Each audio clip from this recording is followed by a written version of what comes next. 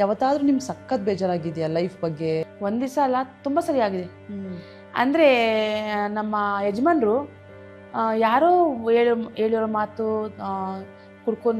ಕುಡಿಯೋದು, ಬಂದು ಹೊಡಿಯೋದು ಅದೆಲ್ಲ ಮಾಡೋವಾಗ ಎಷ್ಟು ಸಲ ಸತ್ತೋಗೋಣ,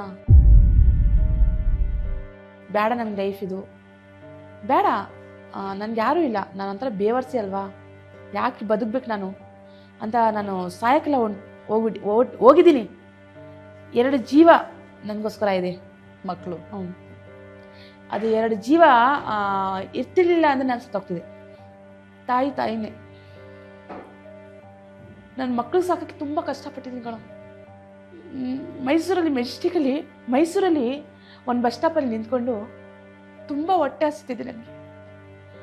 ಅಲ್ಲಿ ಬನ್ನಿದೆ, ಅದು 5 ರೂಪಾಯಿ ಕೊಟ್ಟು ಬನ್ನಿ ತಿನ್ಬೇಕಲ್ಲ, ಅದು 5 ರೂಪಾಯಿಗೆ ನನ್ನ ಮಕ್ಳಿಗೆ ಪೆನ್ಸಿಲ್ ಬರುತ್ತೆ, ಪೆನ್ಸಿಲ್ ತಗೊಳ್ಳೋಣ, ಅದು ಬನ್ನಿ ಹಾಕಿ ತಿನ್ಬೇಕು ನಾನು ಅಂತ ಹೇಳ್ಬಿಟ್ಟು ಬನ್ನಿ ತಿನ್ನಲಿಲ್ಲ. ಬಂದಿದೆ ನನ್ನ ಮಕ್ಳಿಗೆ ಸಾಕೋಕ್ಕೋಸ್ಕರ. ಆ ಥರ ಒಂದು ತಾಯಿ ಇರ್ತಾಳೆ, ಸಮಾಧಾನ. ತಾಯಿನೇ. ನನ್ನ ಮಕ್ಳಿಗೋಸ್ಕರ ಇಷ್ಟೆಲ್ಲ ಮಾಡಿದ್ದೀನಿ, ಅಷ್ಟು ಬಿಟ್ಟರೆ ನನಗೋಸ್ಕರ ಏನೂ ಮಾಡ್ಕೊಂಡಿಲ್ಲ ನಾನು. ಇವತ್ತಿಗೂ ಒಂದು ಚಿನ್ನ ತಗೊಳ್ಳೋಣ ಅಂತ ಆಸೆ ಇಲ್ಲ, ನಾನೇನೂ ಹಾಕಲ್ಲ. ನಾನು ಸತ್ರೂ ಆ ದೇವ್ರು ಎಷ್ಟೇ ಕೊಟ್ಟಿಲ್ವೇ ಒಂದು 10 ಜನಕ್ಕೆ ಹೆಲ್ಪ್ ಮಾಡ್ಬಿಡೋಣ. ನನಗೆ ಬೇಡಪ್ಪ ತಂದೆ, ನಾನು ಹೆಲ್ಪ್ ಮಾಡಿದ್ರೂ ನಾನು ಹೇಳ್ಕೊಳ್ಳಲ್ಲ. ಈ ಕೈಯಿಂದ ಕೊಟ್ಟರೆ ಈ ಕೈಗೆ ಗೊತ್ತಾಗ್ಬೇಡ್ದಂತೆ, ಅದನ್ನು ನಮ್ಮ ತಾಯಿ ಹೇಳ್ತಾಯಿದ್ರು. ನಾವು ಇವತ್ತಿನ ದಿವಸ ನಾವು 10 ರೂಪಾಯಿ ಕೊಟ್ಟರು 20 ಜನಕ್ಕೆ ಹೇಳ್ಕೊಂಬರ್ತೀವಿ, ನಾನು ಕೊಟ್ಟಿರೋ ಬಟ್ಟೆ, ನಾನು ಕೊಟ್ಟಿರೋ ಅನ್ನ ಅಂತ ಹೇಳ್ಕೊಂಬರ್ತೀವಿ.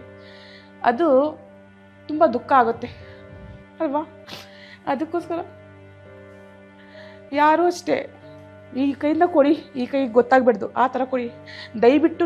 ನೀವು ಕೊಟ್ಟಿದ್ದೀನಿ ಅಂತ ಹೇಳಿದ್ರೆ ತುಂಬ ಹರ್ಟ್ ಆಗುತ್ತೆ. ಯಾರಿಗೆ ಹೇಳಿರ್ತೀರೋ ಅವರೇ ಬಂದು ಅವ್ರಿಗೆ ಹೇಳ್ತಾರೆ, ನಿಮ್ಮನ್ನ ಕೊಟ್ಟವ್ರಂತಲ್ಲ, ಅವರಿಂದ ಜೀವನ ನಡೀತಿದೆ ಅಂತಲ್ಲ ಅಂತ ಹೇಳಿದರೆ ಆ ಮನುಷ್ಯರು ಕೊಟ್ಟು ಇವರು ಹೇಳ್ಕೊಂಡು ತಿರುಗ್ತಾವ್ರಲ್ಲ ಅಂತ ಬೇಜಾರಾಗುತ್ತಾ ಅಲ್ವಾ? ಅಷ್ಟೇ ಜೀವನ. ಯಾವತ್ತೂ ಅಷ್ಟೇ ಬೇಜಾರು ಮಾಡ್ಕೋಬೇಡಿ ಆಯ್ತಾ, ಸ್ಟ್ರಾಂಗ್ ಆಗಿರಿ. ಎಷ್ಟೊಂದು ಫೇಸ್ ಮಾಡಿ ಬಂದಿದ್ದೀರಾ ನೀವು. ಸೊ ಈಗ ಆ ವಿಷಯಕ್ಕೆ ಬೇಜಾರಾಗಿರೋದು, ಈ ಮಕ್ಳಿಗೋಸ್ಕರನೇ ನೀವು ಈ ರೀಲ್ಸು ಇದು ದುಡಿಬೇಕು ಅಂತ ಸ್ಟಾರ್ಟ್ ಮಾಡಿದ್ದು. ನಾನು ರೀಲ್ಸಿಂದ ದುಡ್ಡು ಬರುತ್ತೆ ಅಂತ ಗೊತ್ತಿರಲಿಲ್ಲ ಕಣೋ. ನಾನು ರೀಲ್ಸಿಂದ ನಾನು ಇಂಪ್ರೂವ್ಮೆಂಟ್ ಆಗ್ತೀನಿ ಅಂತಲೂ ಗೊತ್ತಿರಲಿಲ್ಲ ನನಗೆ. ರೀಲ್ಸಿಂದ ನಾವು ಒಂದು ಅರ್ನ್ ಮಾಡ್ಬೋದು. ನಮ್ಮದು ಯೂಟ್ಯೂಬ್ ಚಾನಲ್ ಇದೆ ನಂದು, ಆ ಯೂಟ್ಯೂಬ್ ಚಾನಲ್ ದುಡ್ಡು ಬರುತ್ತೆ ಅಂತ ಗೊತ್ತಿರಲಿಲ್ಲ. ಫೇಸ್ಬುಕ್ಕಿಂದ ಬರುತ್ತೆ ಅಂತ ಗೊತ್ತಿರಲಿಲ್ಲ. ಇನ್ಸ್ಟಾಗ್ರಾಮಿಂದ ದುಡ್ಡು ಬರಲ್ಲ, ಪ್ರಮೋಷನ್ ಬರುತ್ತೆ, ಹೌದು, ಅದರಲ್ಲಿ ದುಡಿಬೋದು ಅಂತ ಗೊತ್ತಿರಲಿಲ್ಲ. ಇನ್ಸ್ಟಾಗ್ರಾಮಲ್ಲಿ ನಾವು ಇಂಪ್ರೂವ್ಮೆಂಟ್ ಆದರೆ ದುಡ್ಡು ಬರುತ್ತೆ ಅಂತ ಗೊತ್ತಿರಲಿಲ್ಲ.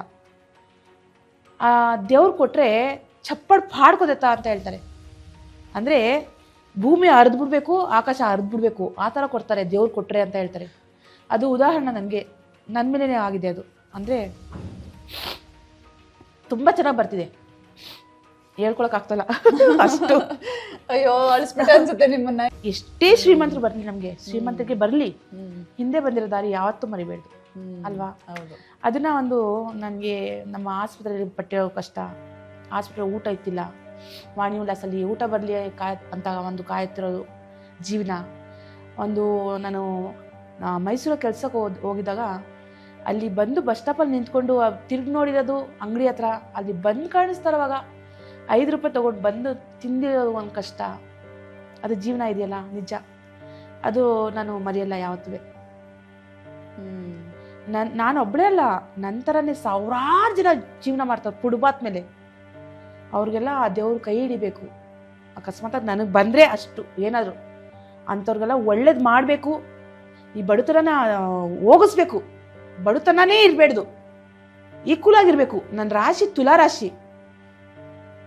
ತುಲಾರಾಶಿ ತಕ್ಕಡಿ, ಅದನ್ನು ನನ್ನದು ಅಷ್ಟೇ.